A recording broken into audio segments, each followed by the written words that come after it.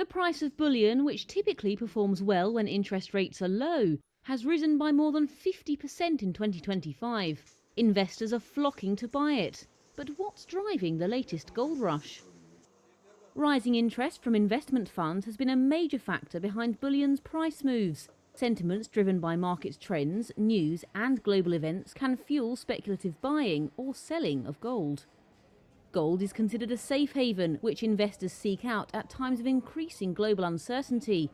And there's no shortage of that right now, according to Veronica Brown, Reuters global industry editor for metals and mining. I think an awful lot of what we're seeing is about fear right now. If you think about gold as a mirror onto the rest of the world, you could really describe it as being the sum of all fears, whether they be geopolitical or economic. US President Donald Trump's trade tariffs and additional hikes on Chinese imports have sparked a global trade war, with China slapping further tariff increases on US goods. It's rattled currency markets and sparked fears of a spike in US inflation.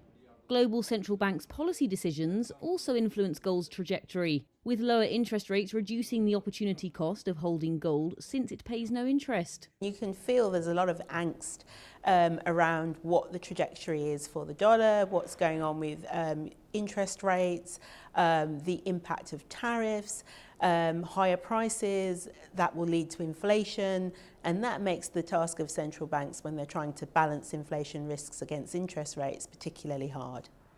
These central banks also hold gold in their reserves, and recent demand has been robust because of the economic and political uncertainty.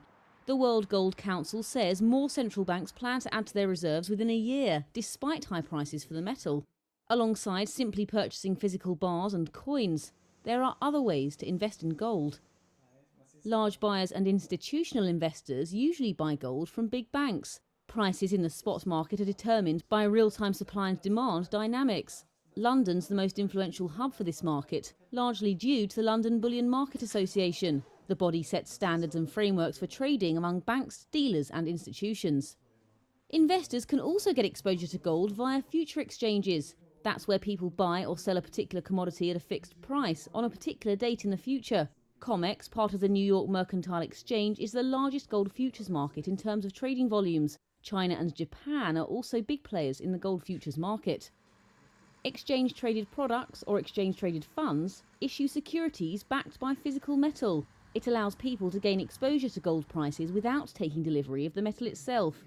Exchange-traded funds have become a major category of investment demand for the precious metal.